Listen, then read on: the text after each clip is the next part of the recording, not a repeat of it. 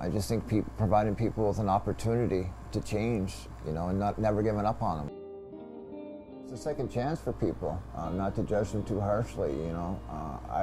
If you had known me, 7, 8 years ago, you would not recognize me. I was one of those people, one of those scary drug addicts out on the streets.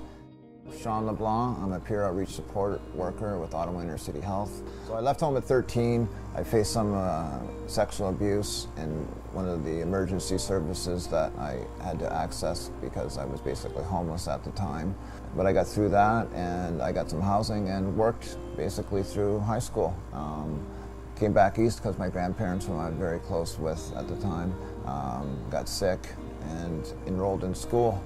Things were going really great. I got some work, DJ both on radio and in clubs, and doing well in school. And I met a lady, and we became very close. She became pregnant and lost the child at 7 months within her pregnancy. And I really went off the deep end with that. I didn't want to feel, per se, or I didn't want to hurt.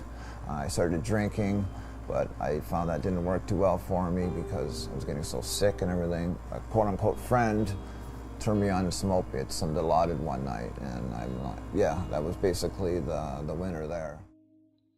Living in a crappy rooming house and, being broke by the second day of the month, and I was getting really fed up with it. I wasn't happy, and then my best buddy died of a fentanyl overdose. He was 37 years old, and that really wiped me out.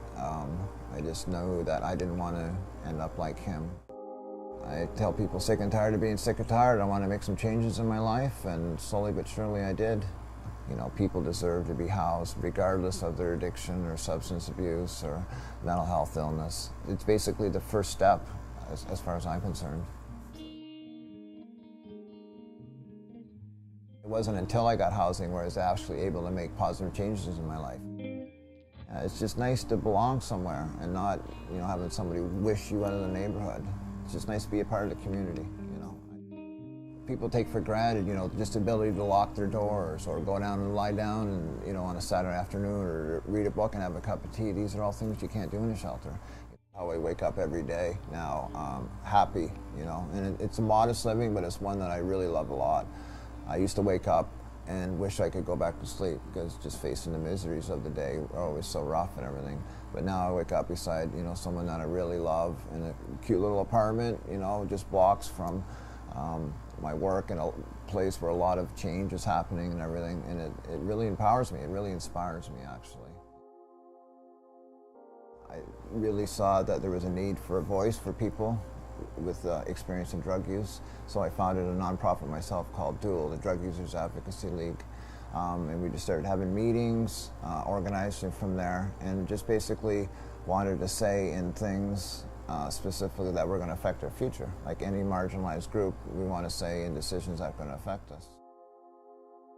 I was able to mesh the advocacy I was doing with my recovery. It was like the more I recovered from my addiction, the more I was able to advocate for my population, and then the more that I advocated, I was able to recover more. So it really kind of went hand in hand with each other.